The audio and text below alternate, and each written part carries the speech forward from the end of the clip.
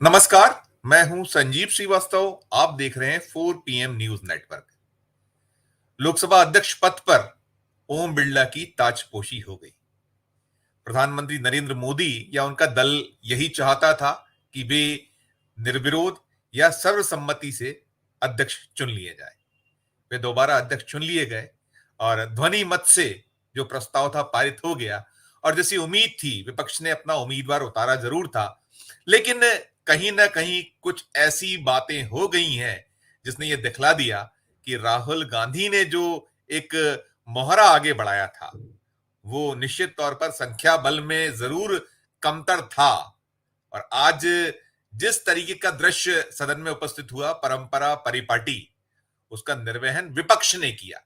उम्मीद सत्तारूढ़ दल की ओर से थी कि वो जो परंपरा या परिपाटी है उसका निर्वहन इस बार जरूर करेगी, क्योंकि बीते 10 साल प्रधानमंत्री नरेंद्र मोदी के संसद ने जो कुछ देखा, वो एक ऐसा इतिहास बना है जो कहीं सराहा तो कतई नहीं जा सकता, बल्कि उसकी हर तरफ आलोचना हुई। खासकर जो बीते 5 साल रहे, मोदी 2 जो टेन्योर रहा, उसमें तो इस तरीके के दृश्य पैदा हुए संसद के भीतर, सदन में, जिसने हर तरफ बदनामी की सरकार की, और बहुत भद्द पिटी, ये भी कहने में कोई संकोच या गुरेज नहीं है। इस बार जो संख्या बल है उसके मान से मानकर चला जा रहा था कि शायद कुछ समझ में साहेब को आई होगी, उनके दल को आई होगी, लेकिन लग यही रहा है कि अभी समझे नहीं है। लेकिन आज जिस तरीके से बड़ा दिल विपक्ष ने दिखाया, वो काबिल तारीफ। और हम ये भी कह सकते हैं कि जो 18वीं लोकसभा है, इस 18वीं लोकसभा के पहले सत्र के तीसरे दिन विपक्ष ने बाजी मार ली। तो हम आज इसी पर बात करेंगे। जो हमारी ये नियमित चर्चा होती है 2 बजे की, हमारे जो विशेष मेहमान होते हैं वे जुड़े हैं हमारे साथ। श्री अखिल स्वामी साहब विश्लेषक हैं, चिंतक हैं। अखिल सर, बहुत बहुत स्वागत है आपका। हमने जो कहा, हम जो मानकर चल रहे थे कि कुछ विपक्ष जिस तरीके से उसने दरियादिली पहले भी दिखाई थी, कल भी राहुल गांधी ने कहा था कि हम तैयार हैं, आप हमें डिप्टी स्पीकर का पद दीजिए। जो परंपरा परिपाटी, उसमें कोई परहेज नहीं है निभाने में विपक्ष को, लेकिन हमारा भी कहीं जो सम्मान है, मान है, उसे कायम रखिए। लेकिन जो कुछ कल हुआ था और उसके बाद जिस तरीके का मूव विपक्ष की ओर से हुआ, देश ने देखा। लेकिन आज फिर कहीं ना कहीं विपक्ष ने ही बड़ा दिल दिखाकर ओम बिरला को स्पीकर पद पर जरूर पहुंचा दिया, लेकिन बहुत सारी नसीहतें विपक्ष की ओर से उन्हें दी गई। सबसे पहली प्रतिक्रिया, आज का जो मंजर दृश्य रहा उस पर फिर मैं और आगे आपसे बात करूंगा। अखिल सर, देखिए, जो शपथ ग्रहण हुआ और बाकी चीजें हुई, उस पर पहले मैं एक टिप्पणी करना चाहता हूं। प्लीज। देखिए, बरेली के सांसद ने भारतीय जनता पार्टी के जिस प्रकार से हिंदू राष्ट्र का नारा लगाया, ये कतई कॉन्स्टिट्यूशन के खिलाफ है, संसदीय इतिहास के खिलाफ है। और जिस प्रकार से ओवैसी साहब को फिलिस्तीन का नारा लगाने का अवसर दिया गया, ये बिल्कुल हमारे संसद की और हमारे संविधान के अगेंस्ट है। अगर मान लीजिए, देखिए, आज पंजाब से 2 ऐसे लोग जीत के आए हैं इंडिपेंडेंट। क्या चाहते हैं ये लोग? अगर कोई आदमी सिख राष्ट्र की बात कर देगा पार्लियामेंट के अंदर, कोई सिख खड़ा होके, तो क्या उस समय उसे नहीं टोकेंगे आप? ये हिंदू राष्ट्र की बात, ऐसे राष्ट्र में नहीं चाहिए मुझे हिंदू राष्ट्र। मैं हिंदू हूं, मैं सनातनी हूं, मुझे नहीं चाहिए। मुझे ऐसा ही प्यारा भारतवर्ष चाहिए जिसमें 142 करोड़ लोग मिलजुल के रहें। देखिए, और अच्छा लगा मुझे, और अच्छा लगा जब चंद्रशेखर आजाद ने खड़े होके वहां पे अपने बातें की। अवधेश प्रसाद ने जब अपने समाज के नेत्रियों का नाम लिया, मुझे अच्छा लगा जब संविधान की बात सब लोगों ने की। मुझे अच्छा लगा जब पप्पू यादव ने कहा, किरण रिजिजू जी, जो कि गौमांस खाने वाला आदमी है और गर्व महसूस करता है गौमांस खाता है, उस आदमी से कहा कि जरा सोच समझ के बोलो, 6 बार का मेंबर ऑफ पार्लियामेंट हूं, मुझे शिक्षा देने की आवश्यकता नहीं है। एक और चीज आपने नोट की होगी, देखिए, जो स्पीकर होता है वो होता है एम्पायर। सर, जब स्पीकर मोदी जी से मिले तो आधे झुक गए, बस चरण स्पर्श ही नहीं किया उन्होंने। और राहुल गांधी से खड़े होके मिले। ये इसका मतलब ये एम्पायर जो है निष्पक्ष नहीं है। इसका मतलब यह है एम्पायर ने पिछले 5 साल जो किया है, अगले 5 साल वही करने वाला है। अरे, हम लोगों की केवल एक डिमांड थी, चाहे के सुरेश बने, चाहे ओम बिरला बने, जो भी बने, वो कम से कम संसद को निष्पक्ष रूप से चलाए। पिछले 2 दिन के सारे शपथ ग्रहण को देखते हुए और आज के प्रारंभिक सारी चीजों को देखते हुए, और अखिलेश यादव ने और राहुल गांधी ने, देखिए आपने भी नोट किया होगा संजीव जी, 2 लोगों ने बड़ा दिल दिखाया है। पूरे पार्लियामेंट 543 लोगों में 2 लोगों ने बड़ा दिल दिखाया है। मैं नहीं कह रहा हूं कि बाकी लोगों ने बड़ा दिल नहीं दिखाया। सबने स्पीकर से मिले, स्पीकर से नमस्कार किया। केवल राहुल गांधी थे, अखिलेश यादव थे जो स्पीकर के बगल में व्यक्ति खड़े होते हैं, जो इतनी मार्शल निष्ठा खड़े रहते हैं, उनसे हाथ मिलाया और उनका सम्मान किया। देश का संविधान यही कहता है। देश का संविधान कहता है कि बड़े लोग जो सत्ता में बैठे हैं, जो कुर्सी में बैठे हैं, केवल उनका सम्मान नहीं होना चाहिए, सम्मान उनका भी होना चाहिए जो खड़े हुए हैं। ये स्पीकर पद आपको दे दिया, लेकिन अगर ओम बिरला साहब ने, और ये सबने कहा, ये सुदीप बंदोपाध्याय ने भी कहा जी, ये सौगत राय ने भी कहा, ये अखिलेश यादव ने भी कहा, ये सबने कहा कि देखिए आपके ऊपर जो जिम्मेदारी है, जैसे आप पहले 150 लोगों को संसद से निकाल दिया करते थे, पूरे विश्व में आपने हिंदुस्तानी इतिहास, संसदीय इतिहास का मखौल बना दिया था। बिल्कुल। कृपा करके ऐसा मत कीजिएगा। देखिए, शिक्षक, वैद्य, राजा और पंच, ये 4 लोग ऐसे हैं जिनको डिस्क्रिमिनेट करने का अधिकार ही नहीं है। मैं शिक्षक कहलाने योग्य ही नहीं हूं अगर मैं क्लास के अंदर डिस्क्रिमिनेशन करता हूं। अगर मैं पैसे वालों को और बड़े बड़े अधिकारियों के बच्चों को ज्यादा सम्मान देता हूं और मध्यम वर्ग और गरीब वर्ग के बच्चों को सम्मान नहीं देता हूं, मैं शिक्षक के नाम पे कलंक हूं। वैसे ही अगर वहां पे स्पीकर जिन्होंने आपको चुना है, क्योंकि अब आपको उन्होंने नहीं चुना है, अब संसद के नेता हैं, संसद के एम्पायर हैं। आपने पिछली बार ये दिखा दिया था कि आप निष्पक्ष नहीं हैं। इस बार जनता देश की ये देखना चाहती है, और सबने शपथ लेते समय संविधान को जैसे सामने रखा है, और संविधान की मेरे ख्याल से बिल्कुल अवहेलना हुई है जब हिंदू राष्ट्र का नारा लगा है, और स्पीकर महोदय ने, जो भी प्रोटम स्पीकर थे जो उस समय बैठे थे, उसमें उन्होंने आपत्ति नहीं की। और जो मौसेरे भाई साहब हैं, वो तो हिंदू मुसलमान करने के लिए हमेशा उतारू रहते हैं।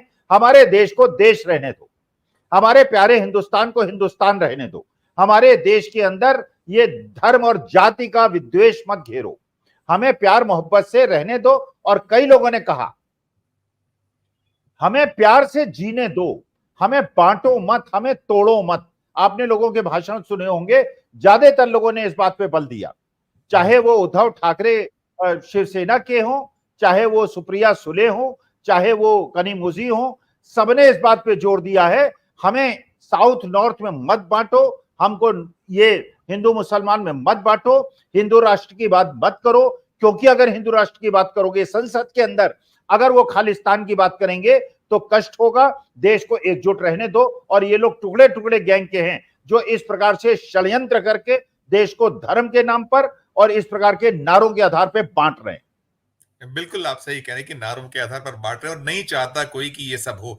मैं सर आपसे और आगे सवाल करने के पहले एक तो ओम बिरला को दिखाना चाहूंगा अपने दर्शकों को भी और आपको भी, और साथ साथ राहुल गांधी ने भी जो कुछ सदन में पहली जो उनकी नेता प्रतिपक्ष पद संभालने के बाद जो प्रतिक्रिया आई है, जो उन्होंने अपनी बात रखी है सदन के भीतर, वो भी दिखाना चाहूंगा। पहले मैं दिखाता हूं ओम बिरला को। प्रतिनिधि की आवाज दबाई न जाए और न ही निष्कासन जैसी कार्रवाई दोबारा सदन की गरिमा को ठेस पहुंचाए। आपका अंकुश विपक्ष पे तो रहता ही है, लेकिन आपका अंकुश सत्ता पक्ष पे भी रहे।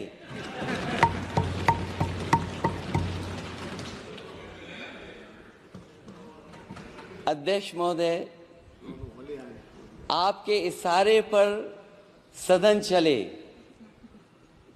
इसका उल्टा ना हो। देखिए, ये कह रहे थे कि आपके इशारे पे सदन चले, इसका उल्टा ना हो। और जो नसीहत की हम बात करते हैं, अखिलेश यादव ने बहुत शानदार, इसके मैं राहुल गांधी को भी सुनाता हूं, फिर आपसे मैं सवाल करूंगा। ये Rahul Gandhi. Speaker sir, the question is not how efficiently the House is run. The question is how much of India's voice is being allowed to be heard in this House. So the idea, Speaker Sir, so the idea that you can run the House efficiently by silencing the voice of the opposition is a non-democratic idea. And this election has shown that the people of India expect the opposition to defend the Constitution, the Samvidhan of this country. And we are confident that by allowing the opposition to speak, by allowing us to represent the people of India, you will do your duty of defending the Constitution of India. I'd like to once again congratulate you, Speaker Sir, and also all the members of the House who have won their election. देखिए, दोनों ही जिन्हें शहजादे कहकर माखौल लड़ाते थे प्रधानमंत्री, दोनों ने कितनी खूबसूरत बात की। वही कि जो देश की आवाज है वो अगर संसद में उठेगी तो सबसे खूबसूरती इसकी साबित होगी। और अब ये जो दूसरी अखिलेश यादव ने भी जो चीज कही कि आप सत्ता पक्ष पर नकेल, और देखिए जो आपने कहा अखिल सर कि स्पीकर वो एक निष्पक्ष व्यक्ति होता है, लेकिन हमने बीते 5 सालों में सारा कुछ देखा। तो पहले तो इन दोनों जो, चाहे वो राहुल गांधी हो या अखिलेश यादव हो, जिन्होंने कहीं बहुत बिल्कुल मौजूद बातें कही, उस पर आपकी टिप्पणी फिर मैं और आगे आपसे सवाल करूंगा सर। देखिए, अखिलेश ने जो कहा, वास्तविकता में इन नेताओं का जो मालिक है वो जनता है सर। इन नेताओं की, कांग्रेस के नेताओं का मालिक राहुल गांधी नहीं है, बीजेपी के नेताओं के मालिक मोदी जी नहीं है, इनके मालिक जनता है। अखिलेश यादव ने जो बात कही कि जब आप अंपायर की कुर्सी में बैठे हुए हैं तो आप किसी के इशारे पे चले, ये शोभनीय नहीं है।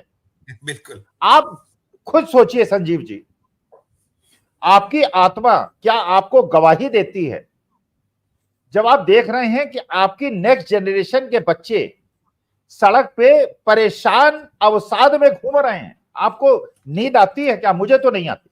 नहीं आती। मुझे बहुत कष्ट होता है क्योंकि मैं अपनी जवानी याद करता हूं, मैं अपना बचपन याद करता हूं।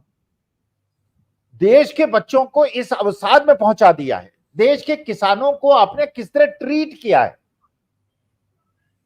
देश के अन्नदाताओं को जिन्होंने कोविड पीरियड में अपनी जीडीपी देश की बढ़ाई, उन किसानों को कैसे ट्रीट किया है, वो हैं आपके मालिक। और इस बार उस जनता ने दिखा दिया है कि वो है मालिक। ये आकाओं के कहने पे चलोगे, तुम्हें इस बार थोड़ी कसर रह गई। अभी विधानसभा चुनाव होने वाले हरियाणा के और महाराष्ट्र के, अगर संसद को अगले 3 महीने इस प्रकार से पक्षपाती रूप से चलाया गया जी, तो इसका दंड आपको विधानसभा में भुगतना पड़ेगा। जनता आपको देख रही है, हम आपको देख रहे हैं। नीट के पेपर के पहले आपने वहां पे जो उसके डीजी साहब थे उनको हटा दिया। अरे उनसे पूछताछ तो करते, वही तो केंद्र है सारे भ्रष्टाचार का। जो एक गवर्नमेंट ऑर्गेनाइजेशन को सारी नेटवर्किंग दी जाती थी, प्राइवेट ऑर्गेनाइजेशन को दे दी। पूरा भ्रष्टाचार 900 करोड़ का घपला है संजीव जी, 900 करोड़ रुपए का। उस 900 करोड़ रुपए कमाए हुए पैसे से इलेक्शन लड़े गए और इलेक्शन जीते गए। आप देश की जनता को, जो आपका मालिक है, उसको कुछ देना नहीं चाहते। राम मंदिर के अंदर मंदिर जो है उसमें से पानी टपक रहा है, पुल टूट रहे हैं, उस पर आपके जवाबदेही नहीं है। हिंदू राष्ट्र बना देंगे, हिंदू राष्ट्र बना देंगे। अरे हिंदू राष्ट्र बना दोगे तो दलितों को पीटोगे क्या? आदिवासियों के चेहरे पे पेशाब करोगे क्या? नहीं चाहिए हमको हिंदू राष्ट्र।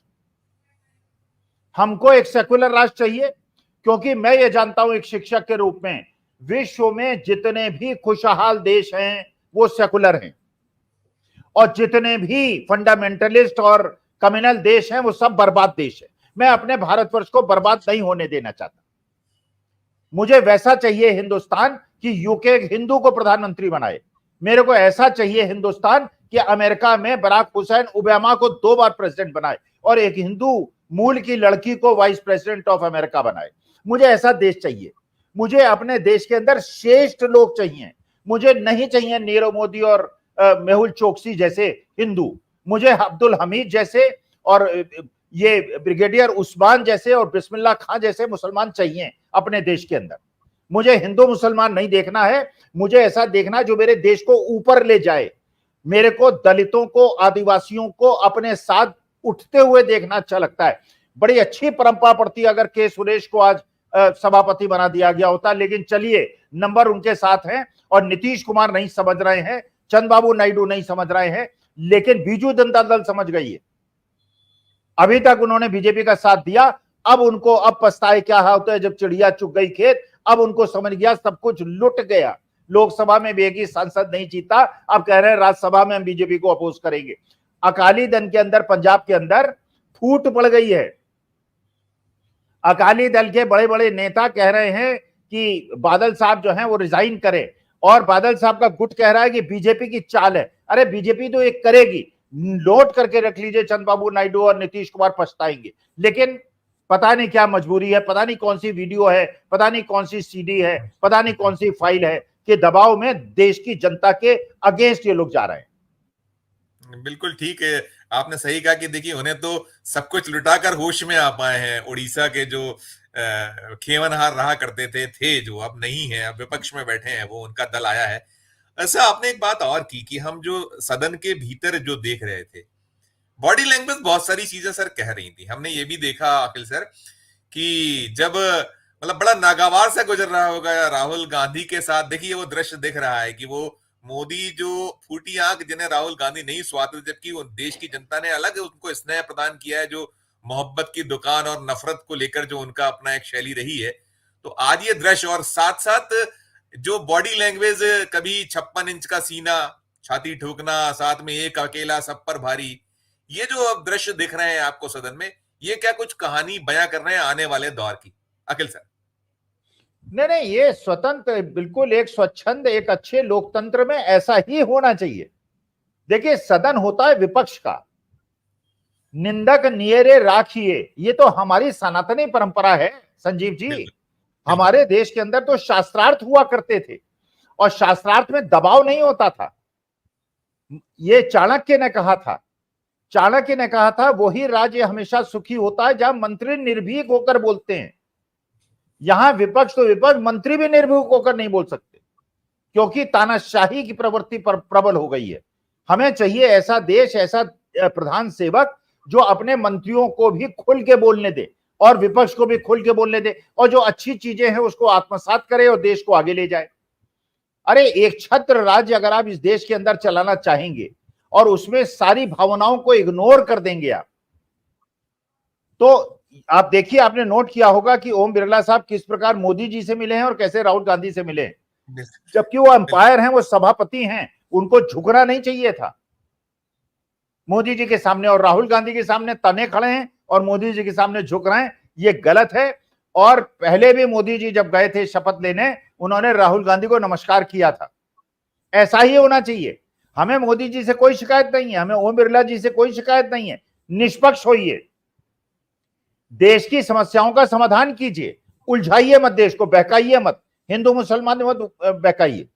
पाकिस्तान ले लेंगे, पीओके ले लेंगे, आंख लाल दिखाएंगे, ये बेवकूफ मत बनाइए। हम हमारे देश के अंदर बेरोजगारी दूर कीजिए, अग्निवीर को वापस लीजिए, किसानों को एमएसपी की गारंटी दीजिए, गरीबों का हित कीजिए, और अडानी अंबानी जैसे बड़े बड़े पूंजीपतियों को देश को लूटने मत दीजिए। आप इतना कर देंगे, हम आपका विरोध छोड़ देंगे। बिल्कुल बिल्कुल, आप ठीक कह रहे हैं सर। आपने जो एक कहा, हम जो बात रिजूजी को लेकर कह रहे थे, आपकी जो पप्पू यादव, रहमो करम वाली बात है सर। जो आप कहीं जो झुकते हैं वो आधे से ज्यादा झुक जाते हैं, जो आपने शुरुआत की कि पैर भर नहीं छुए, तो रहमो करम पर हैं आप, दया पर हैं। और पप्पू यादव तो बिंदास, उसने साफ कहा कि अपनी खुद की दम पर जीत के आता हूं, निर्दलीय जीत के आता हूं। तो ये फर्क है, इसीलिए इतनी ताकत के साथ आदमी बोल पाता है। सर एक चीज और भी है, राहुल गांधी की जो परिपक्वता है, जो हम कल से देख रहे थे, जिसको बड़ा गोदी मीडिया या कहिए सत मोदी मीडिया ने जो कोशिश की कि देखिए वहां तो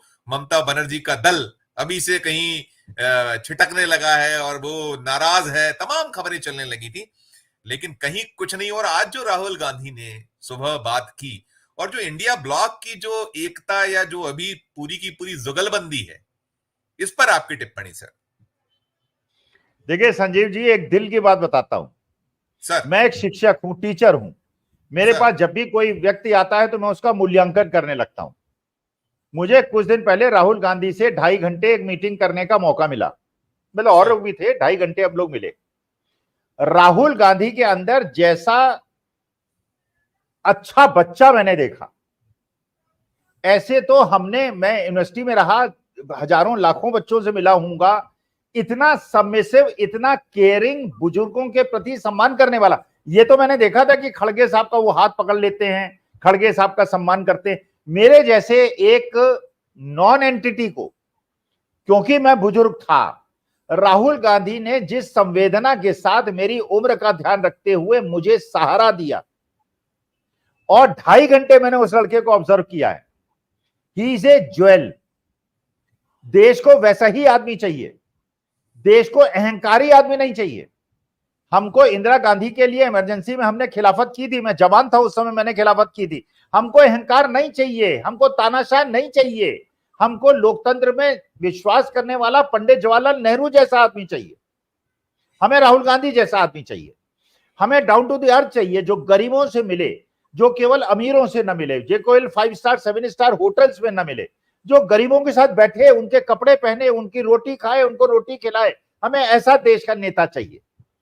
तो वास्तविकता में राहुल गांधी के जो उन्होंने पदयात्रा की और लोगों से मिले, तो लोगों के दिमाग का भ्रम टूटा। मैं तो ये एक निवेदन करूंगा कि लोग कम से कम 10,000 लोग जाके राहुल गांधी की दिनचर्या को देखें। वो आदमी जिस प्रकार से, ये पूंजीपतियों ने, कैपिटलिस्ट लॉबी ने किस प्रकार से करोड़ों अरबों रुपए खर्च करके उसकी छवि को बुराया, वो किया है। इतना नॉलेजेबल आदमी, इतना सुनने वाला, एक गुड लिसनर, और कितनी अच्छी पर्सनैलिटी। तो वही चीज आज उन्होंने लोकसभा में दिखाई। और अभी तो आनंद आएगा 3-4 महीने के बाद जब प्रियंका भी आएंगी। यस बिल्कुल, जब प्रियंका और राहुल बैठेंगी और सोनिया गांधी राज्यसभा में बैठेंगी और अखिलेश यादव बैठेंगे। और सबसे ज्यादा खुशी मुझे तब हुई जब मैंने अवधेश प्रसाद जी को देखा। यह है हिंदुस्तान का लोकतंत्र, यह है हिंदुस्तान के लोकतंत्र की और बाबा साहब भीमराव अंबेडकर के कॉन्स्टिट्यूशन की ताकत। अवधेश प्रसाद जी जब देखेंगे, जब बोलेंगे, तो मोदी जी सुनेंगे, राहुल गांधी बोलेंगे, मोदी जी सुनेंगे, और ओम बिरला जी अगर पक्षपात करेंगे तो अपने को एक्सपोज करेंगे। बिल्कुल। अखिल सर, अभी हम लोग इसके पहले डिबेट कर रहे थे, एक बड़ा अच्छा सवाल उठाया था, आनंद वर्धन साहब थे उस डिबेट में। उन्होंने, मतलब चूंकि आप भी बहुत गंभीरता के साथ में चीजों को नजर रखते हैं, आप बहुत एक विश्लेषक के नाते आपकी कोई चीज छुपती नहीं है। उन्होंने बड़ा अच्छा सवाल किया था। आपने भी गांधी की बात कही कि प्रियंका की भी और है संभावना है कि वायनाड से उनको घोषित कर दिया गया, और अब 3 गांधी हो जाएंगे, एक राज्यसभा और 2 लोकसभा। संसद में 3 गांधियों की बिल्कुल पक्का उम्मीद है, 2 तो है ही है। वो कह रहे थे कि भाई अगर याद करिए तो जो पिछला एक नजारा था, दृश्य था 10 सालों में, उसमें सदन के भीतर जो बार बार गांधी को कोसने वाला एक डिपार्टमेंट का निर्वहन करने वाली एक नेता हुआ करती थी, अब उसका निर्वहन कौन करेगा? वो जो उनका इशारा साफ था, वो अमेठी की जो पुरानी जो बड़ा ताल ठोकती थी कि देखिए ये भाग खड़े हुए, वो होगा, और जनता ने उन्हें जमीन दिखा दी। और फिर साथ में ये भी हुआ कि अब इसको कौन संभालेगा, कौन इस डिपार्टमेंट को, कौन सदन में, और कैसे उनको जो डिमोरलाइज कथित तौर पर प्रयास किया जाता, कभी जवाब नहीं आया। कभी ना तो राहुल गांधी जी ने कभी कोई पलट के जवाब दिया, वो अपनी राह पर चलते रहे। उसमें भी एक छोटी सी, कोई चुटकीदार एक वो प्रश्न था। तो आप क्या सोचते, देखते हैं? क्योंकि ये भी कहा जाता है कि जो डिपार्टमेंट किसी को नहीं दिया जाता वो प्रधानमंत्री के स्वयं के पास होता है, और प्रधानमंत्री तो जिस तंज कस कस कर बात करते हैं, वो कभी बड़ा दिल नहीं दिखाते कि आप प्रधानमंत्री हैं हुजूर, एक बार नहीं, 2 बार नहीं, तीसरी बार आप प्रधानमंत्री हैं। क्या कहिएगा सर, अखिल सर? देखिए, आप जो है मोदी जी को चैलेंज ना करें। अगर आपका प्रोग्राम मोदी जी ने देख लिया तो स्मृति ईरानी को राज्यसभा भेज देंगे। जी जी जी, वो ऐसा नहीं है। देखिए, उन्हें स्मृति ईरानी जी से कोई परेशानी नहीं है, वो उन्हें राज्यसभा भेजेंगे, फिर वो सोनिया गांधी और उनको खड़गे साहब को सुनाएंगे। देखिए, राज्यसभा के अंदर भी बहुत अच्छा कॉम्बिनेशन है। एक वयोवृद्ध, एक तपा तपाया नेता, एक देशभक्त नेता खड़गे साहब हैं, और सोनिया जी हैं, और इधर प्रियंका, राहुल और अखिलेश और अवधेश प्रसाद जी और बाकी कनिमोजी और सारे लोग हैं। तो देखिए, वास्तविकता यह है कि इस बार का कॉन्स्टिट्यूशन और जो बिल्कुल इसका संरचना है लोकसभा और राज्यसभा की, वो बहुत अच्छी है। और अभी मैं केवल एक ये चीज चाहता हूं, देश की जनता की पूरी निगाह सत्ता पक्ष पे भी है और विपक्ष पे भी है और स्पीकर पे भी है। अभी भी सदाशयता दिखाएं रूलिंग पार्टी वाले और के सुरेश साहब को डिप्टी स्पीकर बना दें। मैं ये सवाल आपसे पूछने वाला था, यही मैं पूछने वाला था सर, कि क्या कुछ लगता है जिस तरीके से बड़ी साइलेंटली जो उम्मीद थी कि कहीं इतिहास पुनः दोहरा दिया जाएगा, जैसे 2 बार पहले कभी देश में ऐसे हालात बने थे, वो परिस्थितियां अलग ही अलग थी, वो इमरजेंसी का दौर और 1952 का दौर अलग था उस वक्त का। लेकिन अभी जो परंपरा परिपाटी टूट जाएगी, सब कुछ हो गया, लेकिन मैंने कहा बड़ा दिल दिखाया विपक्ष ने, सत्ता पक्ष ने तो नहीं कोशिश की।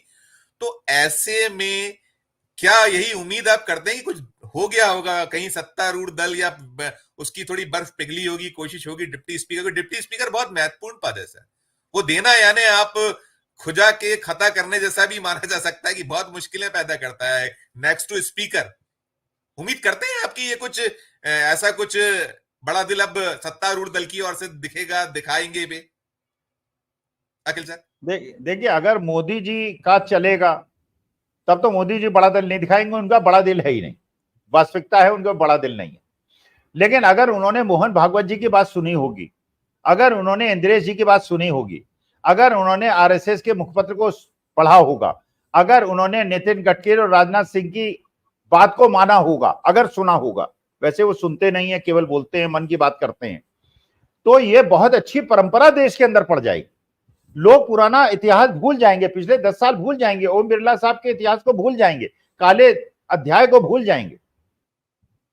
कितना अच्छा लगेगा, नॉर्थ के ओम बिरला साहब स्पीकर होंगे और साउथ के सुरेश साहब जो है वो डिप्टी स्पीकर होंगे। कितना अच्छा लगेगा, कितना अच्छा लगेगा कि एक सवर्ण जो है वो स्पीकर होगा और एक जो दलित समुदाय का व्यक्ति है जो 8 बार का सांसद है, 8 बार के सांसद का मतलब लोकप्रिय सांसद है।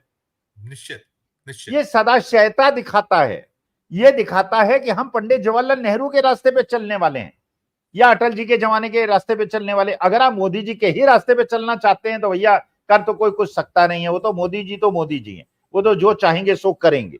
लेकिन देश के हित में यह है, उन चीजों को भूलकर देश को अच्छे रास्ते पे आगे ले जाएं, सबको बोलने दें, शास्त्रार्थ हो, अच्छे वातावरण में हो, देश की जनता सुने। लेकिन जो राहुल गांधी ने कहा वो सबसे महत्वपूर्ण चीज है, हमें मरघट की शांति नहीं चाहिए संसद के अंदर, हम अपनी परेशानियों के चर्चा को सुनना चाहते हैं, उसके समाधान को सुनना चाहते हैं। हम सुनना चाहते हैं, अभी नाटक मत कीजिए, स्मार्ट सिटी बना देंगे, गोद ले लेंगे, बुलेट ट्रेन बना देंगे, अच्छे दिन ले आएंगे, 15 लाख दे देंगे, ये बेवकूफ मत बनाइए।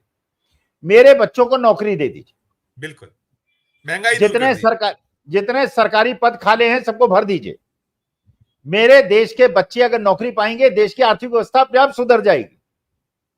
अग्निवीर को वापस ले लीजिए जी। अगर मोदी जी ले लेते हैं और एक सदाशयता दिखाते हैं कि स्पीकर बीजेपी का हो गया, डिप्टी स्पीकर कांग्रेस का हो गया, परिपक्व लोग बैठे हैं, अखिलेश यादव जैसे, राहुल गांधी, अवधेश प्रसाद जी, बाकी सब लोग बैठे हुए हैं, आपसी जैसा जो चाहते हैं। मोहन भागवत जी अब चाहते हैं कि नहीं चाहते हैं, मुझे नहीं पता कि क्यों उन्होंने बोला, क्या बोला, लेकिन जो बोला उसके हिसाब से अगर मिलजुल कर देश को आगे बढ़ाने के लिए दोनों जने काम करें। लेकिन अगर आप बेरोजगारी दूर नहीं करेंगे, अगर आप अग्निवीर नहीं हटाएंगे, अगर एमएसपी के लिए किसान अगर दिल्ली आएगा और फिर किले गाड़ेंगे, तो देश के संविधान के साथ और लोकतंत्र के साथ आप मजाक करेंगे। अगर उनकी आंखों में गोली मारेंगे, अगर 13 महीने उनको परेशान करेंगे, तो हम विपक्ष का भी विरोध करेंगे अगर वो विरोध नहीं करेगा। यह हमारे दिल की बात पहुंचाना जो विपक्षी दल है उनका काम है। और अगर जाके निकम्मों की तरह बैठ जाएंगे और संसद को भी गर्म नहीं करेंगे और सड़कों को भी गर्म नहीं करेंगे, जो डॉक्टर लोहिया ने कहा था अहिंसात्मक रूप से गांधी के रास्ते पे, देश की संपत्ति का नुकसान ना हो, लेकिन बहरे सरकार को सुनाने के लिए जैसे भगत सिंह ने किया था, सुनाना तो पड़ेगा, और जो सत्ता पक्ष में बैठे लोग हैं उनको सुनना तो पड़ेगा। बिल्कुल बिल्कुल। सर फाइनल क्वेश्चन, जो आपने देखा कि बीते 2 दिन और आज तीसरा दिन जो विपक्ष की ओर से जिस तरह की एक सदाशयता भी रही, एक संदेश भी उन्होंने दिया, इसे कैसे देखें, क्या माना जाए? आने वाला जो वक्त है संसद का, आने वाले दिन है, उसमें आप कैसे देख रहे हैं, क्या आपको दिखलाई पड़ता है कि ये भविष्य अब होगा? आपने कहा कि सुनना पड़ेगा, डिक्टेटरशिप छोड़नी पड़ेगी, चाहे वो आसंदी हो और चाहे प्रधानमंत्री जी हो, अब ये सब नहीं चलेगा। और जो मुद्दों की बात है, चाहे वो अग्निवीर वापस ले लेंगे तो आपको एक लोगों का, एक तो हमारी सेना मजबूत होगी, साथ साथ जो परेशान पीड़ित युवा हैं वो कहीं ना कहीं उनके परिवारजन खुश होंगे, उनको लगेगा कि चलिए आपने भूल सुधार किया, वक्त भूल सुधार का है। तो इन सब के बीच क्या आप कुछ दिखता है? Final question sir. नहीं, देखिए, अगर मैंने हिंदुस्तान का पहला 65 साल का इतिहास देखा होता और उससे तुलना कर रहा होता तो मैं कहता वो होना चाहिए जो हम लोग सजेस्ट कर रहे हैं सर। और अगर मैंने वो वाला हिंदुस्तान का केवल वो पार्ट देखा जो पिछले 10 साल से देखा, जो मोदी जी की वर्किंग स्टाइल देखी, तो ये कुछ नहीं होने वाला है। मोदी जी तो बिल्कुल, आज मैं आपके सामने कहना चाह रहा हूं, जो मुझे लग रहा है ओपनली वो मिड टर्म इलेक्शन की तैयारी कर रहे हैं। वो ये कोशिश कर रहे हैं, वो जेडीयू को भी बता रहे हैं, वो टीडीपी को भी बता रहे हैं, वो सबको बता रहे हैं, चलूंगा तो मैं अपने ही तरीके से, अपना ही अध्यक्ष बनाऊंगा, अपना ही उपाध्यक्ष बनाऊंगा, मैं ही राजा, मैं ही सब कुछ, बाकी न नितिन गडकरी का कोई महत्व, न वसुंधरा राजे का कोई महत्व। वो तो अपनी स्टाइल से चलेंगे। लेकिन अगर वो अटल जी की स्टाइल से चलें या लाल बहादुर शास्त्री जी की स्टाइल से चलें या पंडित नेहरू की स्टाइल से चलें, तो जो आप आशा कर रहे हैं वो होगा। वरना मोदी जी के किताब में और अमित शाह जी की किताब में सदा शैतान नाम का शब्द नहीं है। नहीं, ठीक है, आप बिल्कुल ठीक कहते हैं, लेकिन देश की जनता बहुत समझती है सर। मुझे लगता है कि देश की जनता ने अभी जो बतलाया है, दिखलाया है, मुझे नहीं लगता कि अब और आने वाले वक्त में ये अगर ऐसा मन भाव पाले हैं कि मध्यावधि करके और पुनः हम वो हासिल कर लेंगे, तो वो बहुत आसान रहा नहीं होगी। बहरहाल सर, आपने जो हमें वक्त दिया, समय दिया, एक शानदार चर्चा, जो स्थितियां अभी आज थी, कल होने वाली हैं, संभावनाएं जो देख रहे हैं, उस पर आपने जो प्रकाश डाला, बहुत बहुत शुक्रिया अदा करेंगे। बहुत बहुत धन्यवाद सर। तो ये थे अखिल स्वामी साहब, जिन्होंने संसद में आज जिस तरीके का मंजर था, दृश्य था, उसकी रूपरेखा और आने वाला जो वक्त होगा उसके, उस पर जो संभावनाएं जैसी, उस पर कहीं एक अपना फोकस उन्हें जो नजर आता है उसको कर दिया। और साथ साथ ये भी संदेश दे दिया कि अब जो स्थितियां हैं, वो चाहे सत्तारूढ़ दल हो या विपक्ष, दोनों की जिम्मेदारियां बहुत बड़ी हुई हैं और दोनों को अपने अपने जो दायित्व है उनका निर्वहन बखूबी करना होगा। और देश की जनता की जो मूल जरूरतें हैं, विषय हैं, उन पे फोकस करके ही देश आगे बढ़ पाएगा और जनता को राहत मिलेगी और सराहना तभी होगी। लेकिन देखिए क्या कुछ होगा, जो कुछ होगा वो हम आपको आगे दिखाते और बताते रहेंगे। इस चर्चा में फिलहाल इतना ही। फिर किसी नए विषय, किसी नए मुद्दे, किसी नई चर्चा के साथ आपके समक्ष उपस्थित होंगे। हमारा अनुरोध कि आपको ये चर्चा हमारी कैसी लगी, हमारे इस वीडियो के कमेंट बॉक्स में जाकर कमेंट जरूर कीजिएगा। हमारे इस वीडियो को अधिक से लोगों से शेयर भी कीजिए। साथ साथ आपको अच्छा लगा हो ये चर्चा, आपको आनंद आया हो, तो हमारे चैनल को लाइक कीजिए, सब्सक्राइब कीजिए और साथ में यदि ज्वाइन का बटन नहीं दबाया है तो ज्वाइन का बटन जरूर दबाइए। वही हमारी ताकत है, वही हमारी शक्ति है, जो हम इतनी ताकत से आपको हर अपनी बातों को पहुंचाते हैं, हर आपकी जो मन की बातें हैं उसको करते हैं। और देखते रहिए 4 PM न्यूज नेटवर्क। धन्यवाद, नमस्कार।